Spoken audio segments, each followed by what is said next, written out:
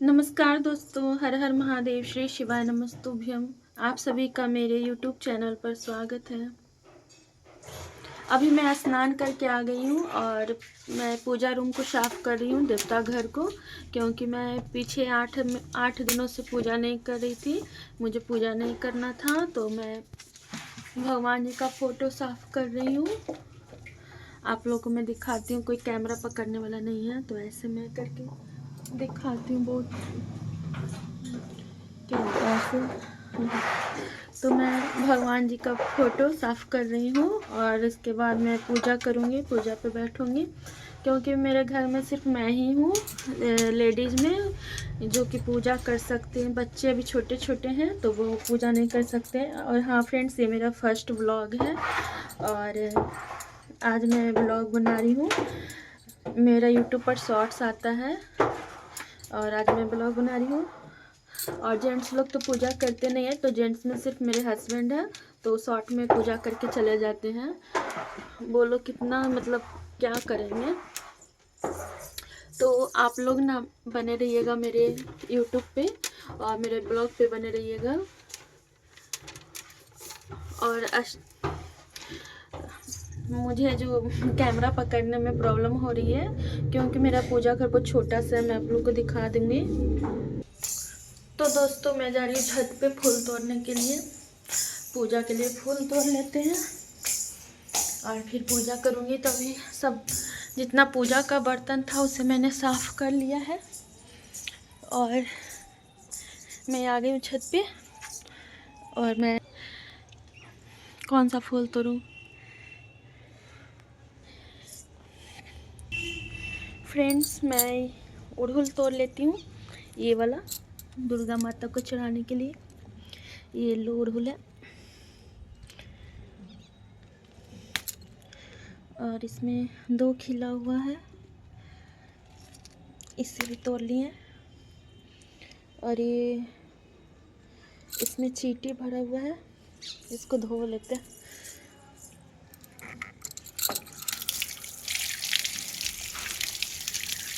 बहुत सारे चींटी लगे हुए हैं।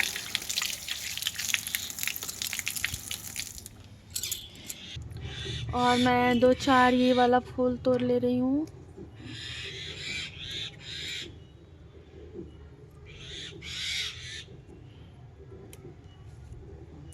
इतना फूल मैंने तोड़ लिया और नीचे भी फूल है फ्रेंड्स। दोस्तों, मैंने पूजा किया है और मैंने भोलेनाथ के सामने दीप भी प्रज्वलित कर दिया है। और मेरा जो पूजा करने का घर है बहुत ही छोटा है, जो मैं आप लोगों को अभी दिखाऊंगी। और अभी मैं जाऊंगी शिव महापुराण कथा पढ़ूंगी, जो मैं आप लोग को सुनाऊंगी। तो मोबाइल के ज़रिए मैं आप लोग को शिव महापुराण सुनाऊंगी। तो मैं आपको पहले दिखा देती हूँ। ये मैंने भोलेनाथ का पूजा कर दिया और यहाँ पर मैंने दीप प्रज्वलित कर दिया भोलेनाथ के पास में। तो मेरा पूजा घर बहुत छोटा है, इसलिए मैं बैठ के पूजा नहीं कर पाती हूँ और मैंने भोलेनाथ को बाहर रखा हुआ है। और ये यहाँ पर मैंने आसन बिछाया है। और ये जो चौखट है बहुत ही छोटा है मेरा दरवाज़ा पूजा घर का, तो यहाँ से अंदर आके यहाँ पर मैं बैठूंगी, बैठ के और शिव महापुराण का कथा सुनाऊंगी। और यहाँ मेरा छोटी छोटी सी अलमारी जिस पे मैंने भगवान को विराजमान किया हुआ है, ऐसे मैंने टांगे हैं सरस्वती माता को। ये मेरी दुर्गा माता है और ये लक्ष्मी जी गणेश जी है। और ऐसे मैंने राधे कृष्ण को स्थापित किया है दीवार पे, खूंटी में, मतलब कांटे यहाँ पर मैंने टांगा है। और ये है करवा माता। तो देख सकते हो ये दरवाज़ा बहुत ही छोटा है, सिर्फ एक आदमी के लिए है। और ये मेरा शिव महापुराण का कथा बुक है, जो मैंने कल अपने पापा से मंगवाया है। और अब मैं इसको खोल देती हूँ और आप लोग को सुनाती हूँ पढ़ के। और मुझे इतना खुशी हो रहा है कि मैं शिव महापुराण का कथा पढ़ूंगी। और मुझे बहुत दिन से मन था शिव महापुराण कथा पढ़ने के लिए, तो मैं मोबाइल पर पढ़ती थी। आज मैं बुक से पढ़ूंगी, तो आप लोग भी मेरे साथ सुनिएगा। त्वमेव माता च पिता त्वमेव, त्वमेव बन्धुः सचका त्वमेव, त्वमेव विद्या द्रविणं त्वमेव, त्वमेव सर्वं मम देव देव।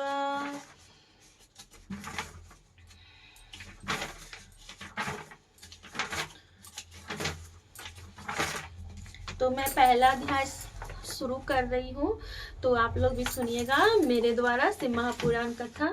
और ज़्यादा से ज़्यादा मेरे वीडियो को लाइक कीजिएगा और चैनल को मेरा सब्सक्राइब कीजिएगा, पूरा वीडियो देखिएगा, तभी आप लोग को समझ में आएगा वीडियो। तो चलिए पढ़ते हैं शिव महापुराण का कथा।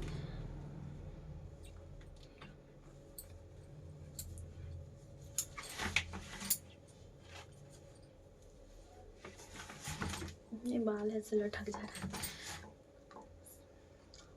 श्री शिव पुराण महात्म्य।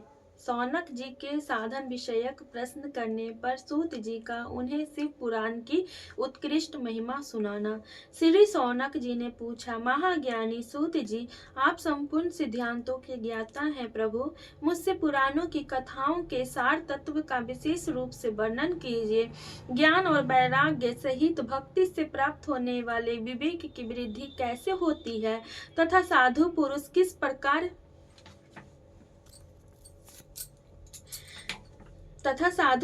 किस प्रकार अपने काम क्रोध आदि मानसिक विकारों का निवारण करते हैं। इस घोर कली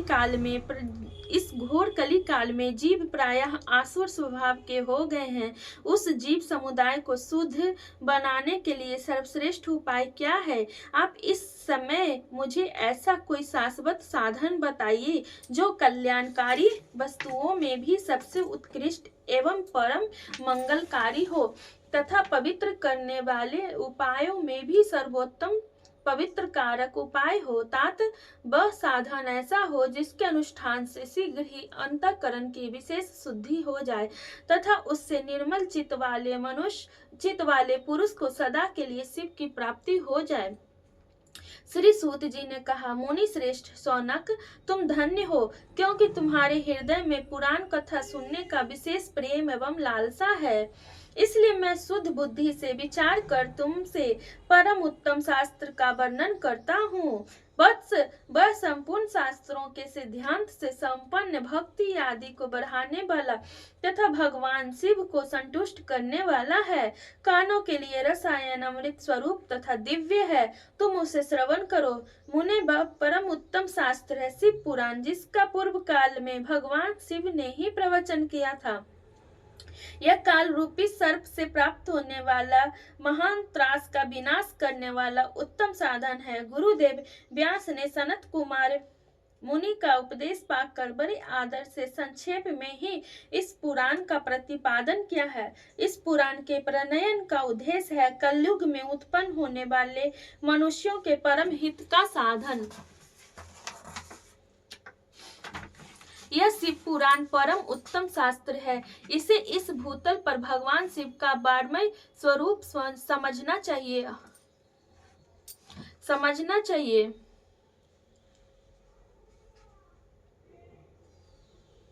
और सब प्रकार से इसका सेवन करना चाहिए। इसका पठन और श्रवण सर्व साधन रूप है। इससे शिव भक्ति पाकर श्रेष्ठतम स्थिति में पहुंचा हुआ मनुष्य शीघ्र ही शिव पद को प्राप्त कर लेता है।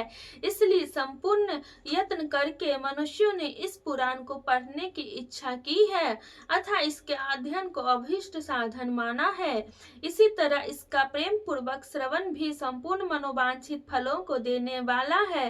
भगवान शिव के इस पुराण को सुनने से मनुष्य सब पापों से मुक्त हो जाता है तथा इस जीवन में बड़े बड़े उत्कृष्ट भोगों का उपभोग करके अंत में शिवलोक को प्राप्त कर लेता है। यह शिव पुराण नामक ग्रंथ 24,000 श्लोकों से युक्त है।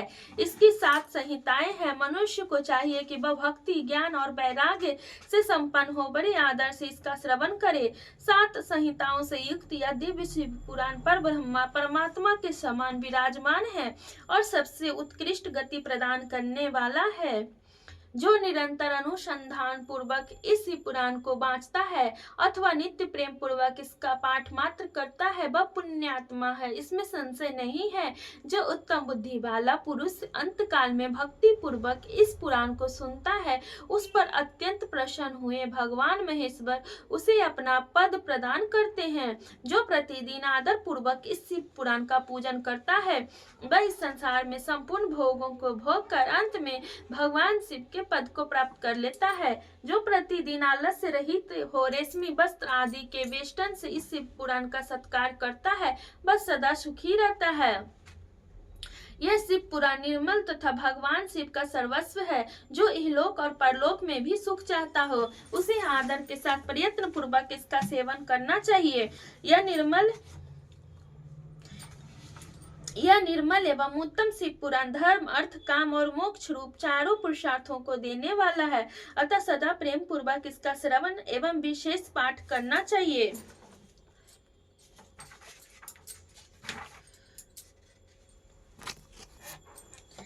शिव पुराण के श्रवण से देवराज को शिवलोक की प्राप्ति तथा चंचुला का पाप से भय एवं संसार से वैराग्य।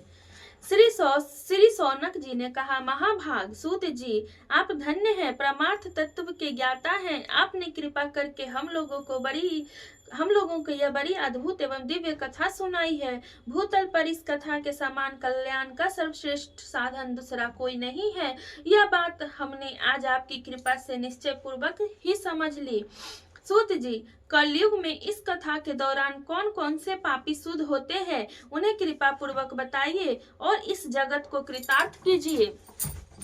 सूत जी बोले, मुने, जो मनुष्य पापी, दुराचारी, खल तथा काम क्रोध आदि में निरंतर डूबे रहने वाले हैं, वे भी इस पुराण के श्रवण पठन से अवश्य ही शुद्ध हो जाते हैं। इसी विषय में जानकर मुनि इस प्राचीन इतिहास का उदाहरण दिया करते हैं, जिसके श्रवण मात्र से पापों का पूर्णतया नाश हो जाता है। पहले की बात है, कहीं किरातों के नगर में एक ब्राह्मण रहता था, जो ज्ञान में अत्यंत दुर्बल, दरिद्र, रस बेचने वाला तथा वैदिक धर्म से विमुख था।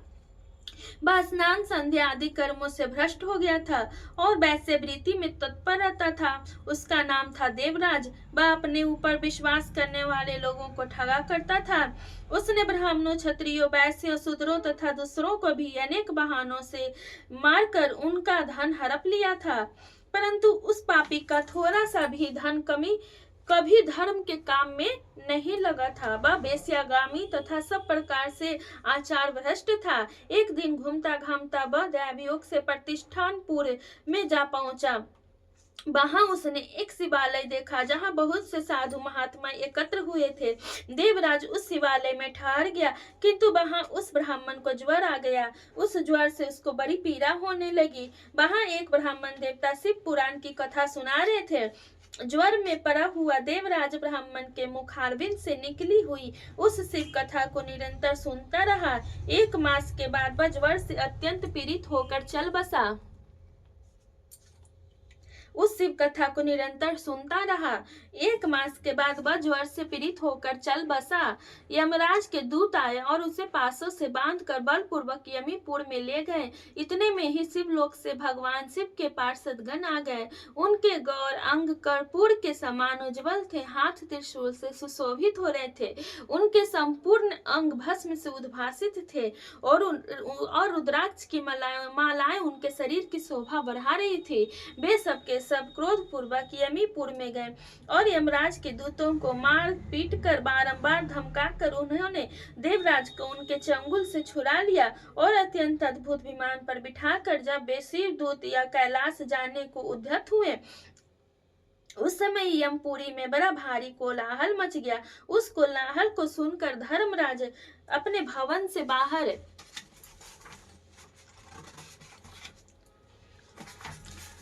आए। साक्षात दूसरे रुद्रों के समान प्रतीत होने वाले उन चारों दूतों को देखकर धर्मज्ञ धर्मराज ने उनका विधि पूर्वक पूजन किया और ज्ञान दृष्टि से देखकर सारा वृतांत जान लिया। उन्होंने भय के कारण भगवान शिव के उन महात्मय दूतों से कोई बात नहीं पूछी, उल्टे उन सब की पूजा एवं प्रार्थना की। तत्पश्चात वे शिवदूत कैलाश को चले गए और वहां पहुंचकर उन्होंने उस ब्राह्मण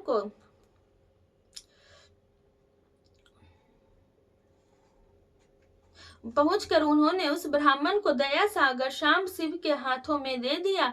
सौनक जी ने कहा, महाभाग सूत जी, आप सर्वज्ञ हैं। महामते, आपके कृपा प्रसाद से मैं बारंबार कृतार्थ हुआ। इस इतिहास को सुनकर मेरा मन अत्यंत आनंद में निमग्न हो गया। अतः अब भगवान शिव में प्रेम बढ़ाने वाली शिव संबंधनी दूसरी कथा को भी कहिए।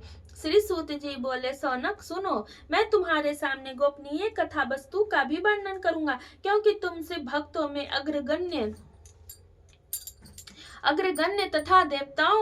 तथा वेद देवताओं में श्रेष्ठ हो। समुद्र के निकटवर्ती प्रदेश में एक बासकल नामक ग्राम है, जहाँ वैदिक धर्म से विमुख महापापी द्विज निवास करते हैं। वे सबके सब बड़े दुष्ट हैं, उनका मन दूषित विषय भोगों में ही लगा रहता है। वे न देवताओं पर विश्वास करते हैं न भाग्य पर। वे सभी कुटिल वृत्ति वाले हैं, किसानी करते और भांति भांति के घातक अस्त्र शस्त्र रखते हैं। वे व्यभिचारी हैं, खल है। ज्ञान वैराग तथा सर्वधर्म का सेवन ही मनुष्य के लिए परम पुरुषार्थ है। इस बात को वे बिल्कुल नहीं जानते हैं। वे सभी पशु बुद्धि वाले हैं।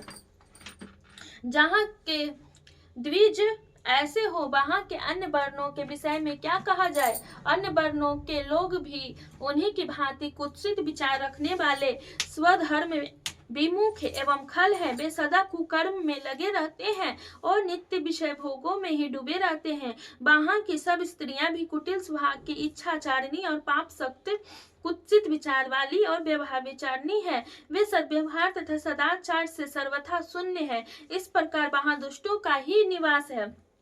उस बासकल नामक ग्राम में किसी समय एक बिंदुक नामधारी ब्राह्मण रहता था। वह बड़ा अधम था, दुरात्मा और महापापी था। यद्यपि उसकी स्त्री बड़ी सुंदरी थी, तो वह भी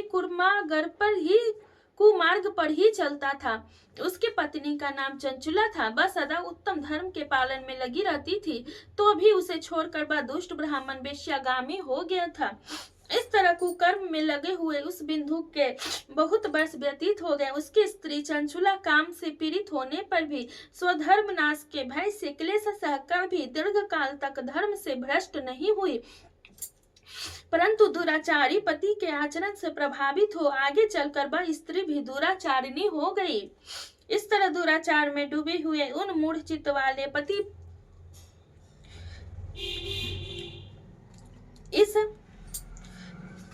उसकी स्त्री चंचुला काम से पीड़ित होने पर भी स्वधर्म नाश के भय से क्लेश सहकर भी दीर्घ काल तक धर्म से भ्रष्ट नहीं हुई, परंतु दुराचारी पति के आचरण से प्रभावित हो आगे चलकर वह स्त्री भी दुराचारिणी हो गई। इस तरह दुराचार में डूबे हुए उन मूर्छित वाले पति पत्नी का बहुत सा समय व्यर्थ बीत गया। तदनंतर सूत्र जातीय वेश्य का पति बना हुआ वह दूषित बुद्धि वाला दुष्ट ब्राह्मण बिंदुक समय अनुसार मृत्यु को प्राप्त हो नरक में जा पड़ा, परंतु बहुत दिनों तक नरक के दुख भोग कर वह मूढ़ बुद्धि पापी विंध्य पर्वत पर भयंकर पिशाच हुआ। उधर उस दुराचारी पति बिंदु के मर जाने पर वह मूढ़ हृदया चंचुला बहुत समय तक पुत्रों के साथ अपने घर में ही रही। एक दिन दैव योग से किसी पुण्य पर्व के आने पर वह स्त्री भाई बंधुओं के साथ गोकर्ण क्षेत्र में गई। तीर्थ यात्रियों के संग से उसने भी उस समय जाकर किसी तीर्थ के जल में स्नान किया। फिर वह साधारणतया बंधु जनों के साथ यत्र तत्र घूमने लगी।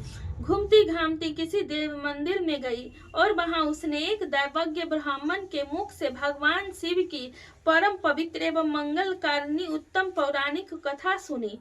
कथावाचक ब्राह्मण कर रहे थे, जो स्त्रियां पुरुषों के साथ व्यभिचार करती हैं, वे मरने के बाद जब यह लोक में जाती हैं, तब यमराज के दूत उनकी योनि में तपे हुए लोहे का परीघ डालते हैं। पौराणिक ब्राह्मण के मुख से यह वैराग बढ़ाने वाली कथा सुनकर चंचुला भय से व्याकुल हो वहां कांपने लगी। जब कथा समाप्त हुई और सुनने वाले सब लोग वहां से बाहर चले गए, तब वह भयभीत नारी एकांत में शिव पुराण की कथा बांचने वाले उन ब्राह्मण देवता से बोली। चंचुला ने कहा, ब्राह्मण, मैं अपने धर्म को नहीं जानती थी, इसलिए मेरे द्वारा बड़ा दुराचार हुआ है। स्वामिन, मेरे ऊपर अनुपम कृपा करके आप मेरा उद्धार कीजिए। आज आपके पैराग रस से ओतप्रोत इस प्रवचन को सुनकर मुझे बड़ा भय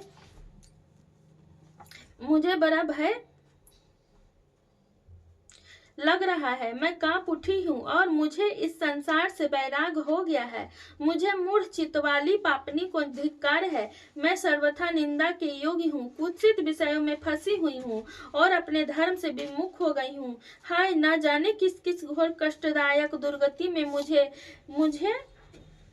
मरना पड़ेगा। और वहाँ कौन बुद्धिमान पुरुष कुमार्ग में मन लगाने वाली मुझ पापनी का साथ देगा। मृत्यु लोक में उन भयंकर यमदूतों को मैं कैसे देखूंगी। जब वे बलपूर्वक मेरे गले में फंदे डालकर मुझे बांधेंगे, तब मैं कैसे धीरज धारण कर सकूंगी।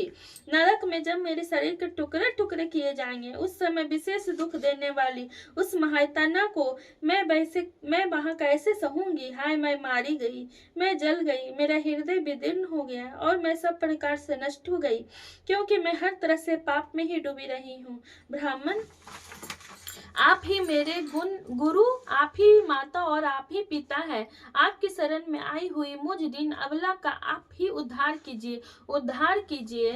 सूत जी कहते हैं, सौनक, इस प्रकार खेद और बैराग से युक्त हुई चंचुला ब्राह्मण देवताओं के दोनों चरणों में गिर पड़ी। तब उन बुद्धिमान ब्राह्मण ने कृपा पूर्वक उसे उठाया और इस प्रकार कहा।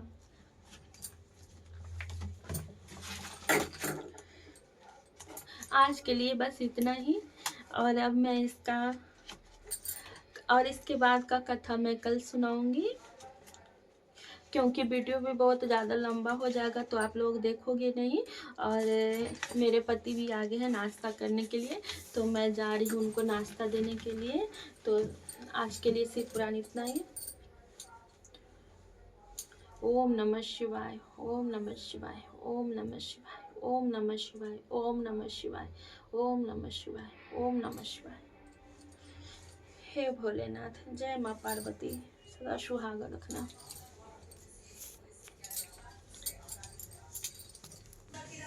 तो दोस्तों, अब कल सुनेंगे शिव महापुराण का कथा, जो इसके बाद का है चंचुला देवी वाला अध्याय। तो वीडियो लॉन्ग होने के कारण आज इतना ही रहने देते हैं, और कल या परसों, कल तो शिवरात्रि है तो छुट्टी नहीं मिलेगा, तो मैं परसों करूँगी पूजा।